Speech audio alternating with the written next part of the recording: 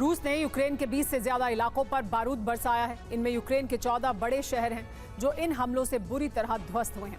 राजधानी कीव पर hypersonic missile हमले किए गए हैं। जाइटोमिर पर भी वायुसेना ने हमले किए हैं। पोलैंड बॉर्डर के करीब खेमेलनित्स्की पर भी मिसाइलें बरसी हैं। Kharkiv, Kherson, चासेवियार, वुलेदर, ज़ेपोरिज्जिया, बाख्मुत, Donetsk, Poltava, वोल्चांस्क, Avdiivka और रोबोताइन जैसे शहरों पर रूस ने ड्रोन और मिसाइल हमले करके बड़ा नुकसान पहुंचाया है। रूस ने यूक्रेन पर Tu-95MS न्यूक्लियर बॉम्बर से बम बरसाए हैं। इसके साथ ही Tu-22M न्यूक्लियर बॉम्बर से क्रूज मिसाइल हमले किए गए हैं। Su-34 फाइटर जेट से भी यूक्रेनी शहरों पर भीषण प्रहार हुए हैं।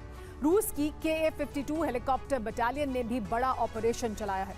बीती रात यूक्रेन पर सबसे ज्यादा किंजल हाइपरसोनिक मिसाइल हमले हुए हैं। इसके साथ ही short range ballistic missile system Iskander से भी हमले किए गए हैं।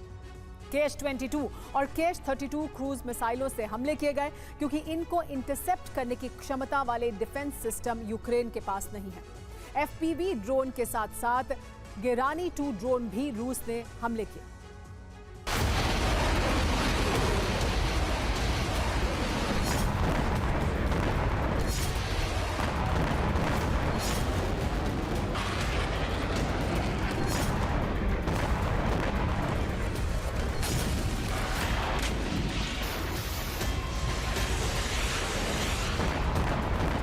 बीती रात रूसी वायुसेना ने पश्चिमी यूक्रेन पर हमलों का ऑपरेशन चलाया और इसके लिए रूस के न्यूक्लियर बॉम्बर और फाइटर जेट ने उड़ान भरी।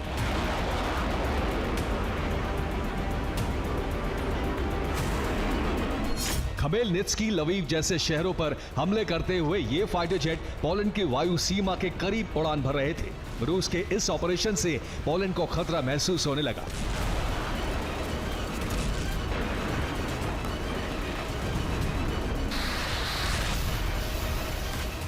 पोलैंड की वायुसेना ने F-16 और MiG-29 फाइटर जेट उड़ाए।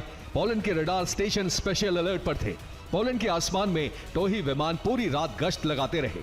यूक्रेन से सटे नेटो देशों में स्पेशल अलर्ट जारी कर दिया गया। नेटो ने खतरा जताया कि रूस की मिसाइलें किसी भी नेटो देश में गिर सकती हैं।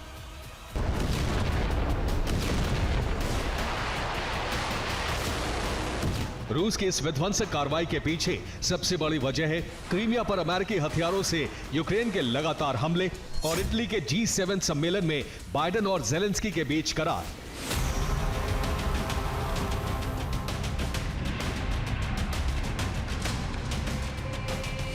इटली में चल रहे G7 सम्मेलन में अमेरिका और यूक्रेन के बीच सामरिक करार हुआ है।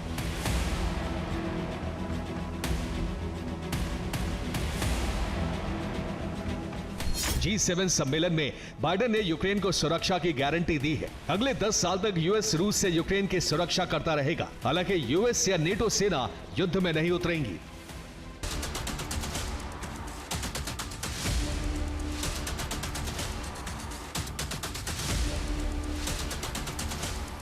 ज़ेलेंस्की G7 समिट में बड़ी उम्मीदों के साथ पहुंचे हैं। वो डिप्लोमेसी के जरिए यूरोप के नेताओं से यूक्रेन के लिए हथियारों की मांग कर रहे हैं। हालांकि G7 सम्मेलन से एक दिन पहले ही पोलैंड ने यूक्रेन को पैट्रियट सिस्टम देने से इनकार कर दिया है। पोलैंड ने कहा है कि यूक्रेन को वो अपने पैट्रियट सिस्टम ट्रांसफर नहीं करेगा। प्रेसिडेंट आंद्रेस डूडा ने कहा है कि राष्ट्रीय सुरक्षा के लिए पोलैंड के लिए सिस्टम जरूरी है।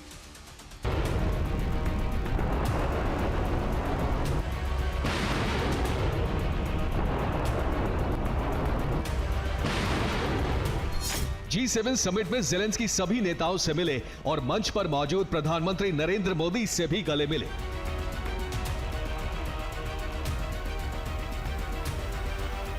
G7 सम्मेलन में यूक्रेन को यही एक फायदा हुआ कि बाइडेन प्रशासन ने 10 साल सुरक्षा की गारंटी दी, लेकिन अभी यह समझौता कांग्रेस में जाएगा और हो सकता है कि पारित ना हो।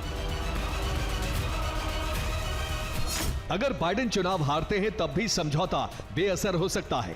ज़ेलेंस्की को फिलहाल सुरक्षा की गारंटी तो मिली है, लेकिन समझौता होते ही क्रोधित रूस ने पूरे यूक्रेन पर अग्नि वर्षा कर दी है।